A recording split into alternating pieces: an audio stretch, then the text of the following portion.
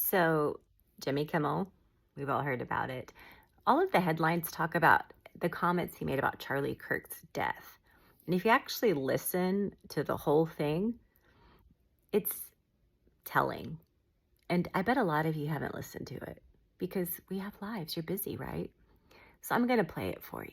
He hit some new lows over the weekend with the MAGA gang desperately trying to characterize this kid who murdered Charlie Kirk as anything other than one of them and doing everything they can to score political points from it. In between the finger pointing, there was grieving. On Friday, the White House flew the flags at half staff, which got some criticism. But on a human level, you can see how hard the president is taking this. My condolences on the loss of your friend Charlie Kirk. May I ask, sir, personally, how are you holding up over the last day and a half, sir? I think very good. And by the way, right there, you see all the trucks?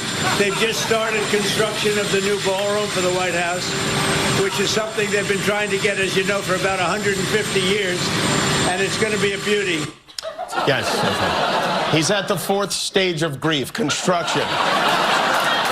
Demolition, construction. This is not how an adult grieves the murder of someone he called a friend. This is how a 4-year-old mourns a goldfish.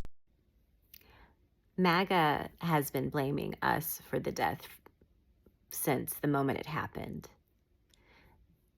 Even though this boy was raised by a MAGA family in a MAGA state, it's our fault. And J.D. Vance took over Charlie Kirk's podcast. The Vice President of the United States took over his podcast less than a week after he was dead. So if that wasn't trying to score political points, I don't know what is. And it's not our fault that Trump is a horrible human being and a narcissist, because that clip showed how horrible he is. Jimmy didn't say anything bad about Charlie Kirk's family, about Charlie Kirk. He doesn't owe Turning Points USA a donation, which is what the Sinclair broadcasters have been demanding. He doesn't owe the Kirk family an apology. He pointed out what a piece of garbage our president is. And he was right. And J.D. Vance can whine and cry. Scott Jennings can whine and cry and say that he got on national television and lied.